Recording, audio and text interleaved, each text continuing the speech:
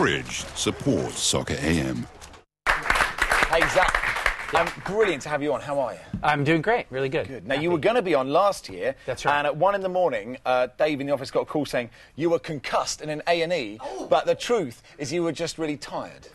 Well, no, that's not entirely true. I mean, we have some fight scenes in the movie, and I got thrown around by another huge, massive geezer, as they would say. And, yeah, a huge geezer threw me against the wall, didn't he? Concussed. And, yeah, so I couldn't really put a sentence together, and I was about 3 hours away in the Peat. Perfect for this show. Yes. I was in the Peat District, so... Oh, that's fair enough. I would have, you know... It's great you're here now. The film is called Cut. Yeah. What's it about? It's about 5 people in kind of a fancy house in the countryside, and suddenly they're under attack by people they've never met for reasons that they can't comprehend. Okay. Is it a horror? Are there nasty Well, bits no, in I'd say it's more like a kind of a thriller. Okay. Yeah, it's more like a suspense like thing.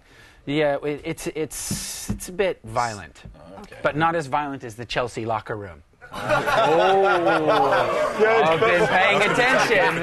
I've been paying attention. You've been doing your research, yeah. Good. Right, now this is the bit that fascinates me.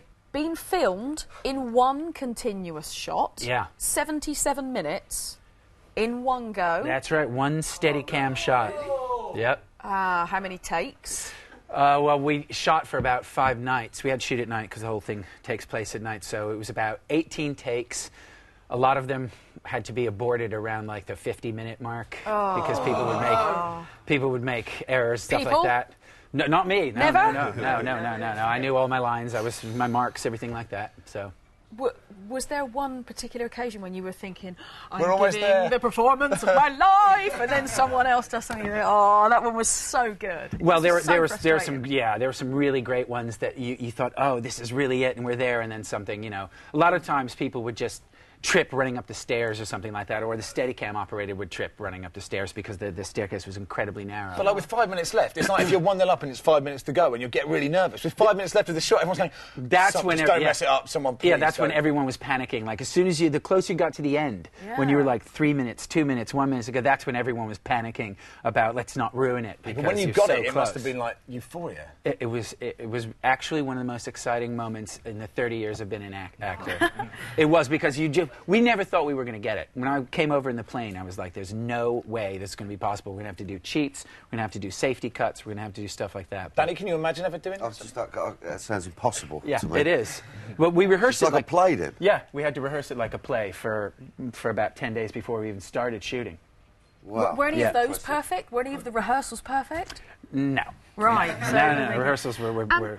And may I ask, what's the point of doing it all in one continuous take? I was doing some research yesterday, and it said because the audience feel like they're more part of it because they live every minute with you. Is that right? I guess don't know if I watch movies like that. The concept is if it's done in real time, then you sort of feel like you're the 6th person in the house, and it's kind of happening to you as you watch it. You're sort of... So it's 77 minutes as it happens, with no overnights and next days or anything like that. That's right. Which is normally, because you watch That's right. movie. Well, we had to do 2 takes a night because there was so much resetting. Like if you got 40 minutes into it, you know, people are covered with blood and furniture smashed and windows are broken.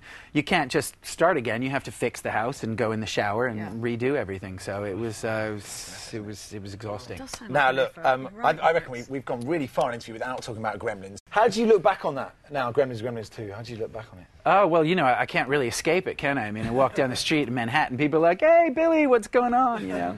But I mean, I think it's great to be part of something that so many people enjoyed, you know, really around the world. I mean, a lot of people would kill to be associated with a franchise like that, so I consider myself really, really very fortunate. Was it, I mean, when it happened, you know, because you don't know at the time how big something's going to be, but what was it like for you as a young actor, as a child actor? Well, you got to realize, though, 1982, right? E.T. comes out, it's the #1 movie in the world. So now Gremlins is like Spielberg's follow-up to E.T. So you knew even if it did half the business of E.T., it was still going to be massive. So when we were shooting it, we knew that it was, you know, there was a lot of pressure because we knew there was going to be a tremendous amount of scrutiny. And people were going to definitely go see it, and it turned out good. And what's working with Spielberg like? Well, the thing about that is that when we did the first one, he was shooting Indiana Jones and the Temple of Doom. over in Sri Lanka or Thailand or something. I can't remember where it was. So I didn't see him until the very end, like the last 3 weeks. But he was great. So he just turns up and takes the glory? Yeah, he did. He actually turned up and he goes, you know, can I like direct a couple of shots? And we were like, what? Direct a couple of shots? And he started. He actually directed the scene where I kiss Phoebe in the first one. Oh. Is that like in a cave? Just or like something? a couple of shots. Really dark, wasn't it? I'm sorry. Was that, I'm getting muddled up with the Goonies. Someone had braces. Is that the Goonies or Gremlins? It's the Goonies, all right. Thanks, Sam.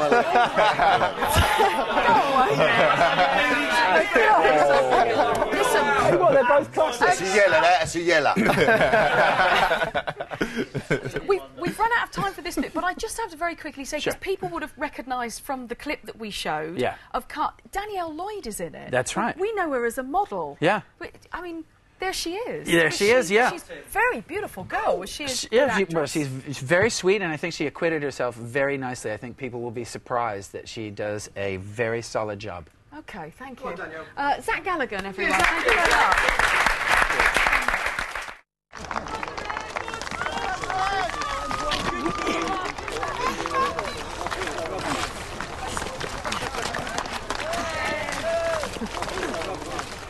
Fridge supports Soccer AM.